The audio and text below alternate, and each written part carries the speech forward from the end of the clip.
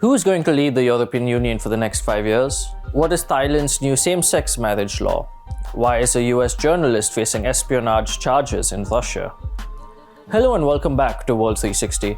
My name is Keshav Padmanabhan, and in today's episode we answer these questions.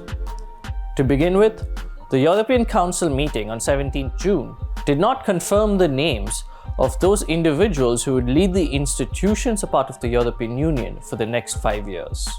The elections to the European Parliament, which happened last week, saw the centrist political groupings remain in control, while also an increase in seats for the far-right parties across the European Union. Current European Commission President Ursula von der Leyen from the centre-right European People's Party political grouping is looking for a second 5-year term. While her political grouping remains the largest in the European Parliament, the 27 heads of state who met in Brussels could not agree to her nomination over dinner. The European People's Party, or the EPP, has won about 190 seats in the European Parliament. According to Politico, an early consensus emerged around having von der Leyen continue as the Commission President, while former Portuguese Prime Minister Antonio Costa from the Socialists and Democrats political grouping would become the new European Council President. Roberta Metsola from Malta, representing the EPP, would continue as President of the European Parliament, while Kaja Kallas, the current Prime Minister of Estonia from the Renew political grouping, would be named as the EU's new foreign policy chief. The consensus, however, fell apart after the EPP pushed for the European Council presidency to be shared between it and the Socialists and Democrats grouping over the next 5 years. This led to the talks stalling. Each of the 4 positions are the most important in the European Union system and has historically been decided by the heads of member states in conjunction with sharing the top spots amongst the different major political groupings. In the middle of this, there are reports of a feud between the current European Council President Charles Michel and von der Leyen. Michel, the former Belgian Prime Minister, has attempted to derail von der Leyen's candidature by suggesting other names for the Commission presidency. The feud first came out in 2021 after Sofagate, where during a meeting with Turkish President Recep Tayyip Erdogan, Michel took the only chair next to the Turkish leader, while von der Leyen was relegated to a sofa at a slight distance from the two leaders. Moving on next to Thailand, the Southeast Asian country is attempting to become the first in the region to legalize same-sex marriage. The Thai Senate on Tuesday cleared the same-sex marriage bill with 130 senators voting for it, while 4 voted against the bill with 18 abstentions.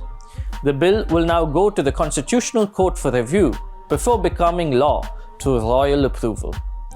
If it withstands constitutional scrutiny, the bill would allow same-sex couples to marry one another 120 days after royal approval.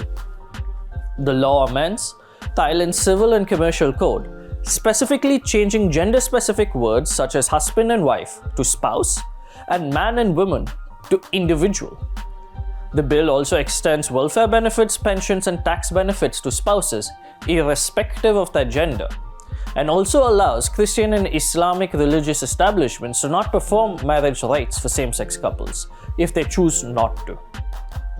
The bill passed on Tuesday consisted of a combined set of drafts from the Prime Minister Srettha Thavisin's Pheu Thai Party, the opposition Move Forward Party, and a variety of other civil society groups.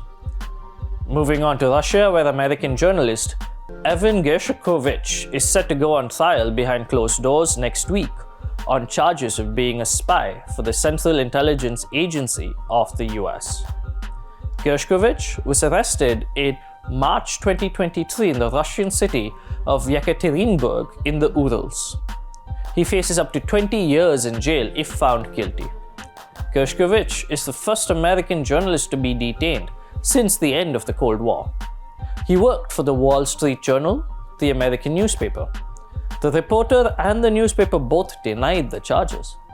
According to the Federal Security Service of Russia, Gershkovich was detained after attempting to steal sensitive secrets about Uralvagon Zavod, a Russian defense company which is one of the world's largest manufacturers of battle tanks.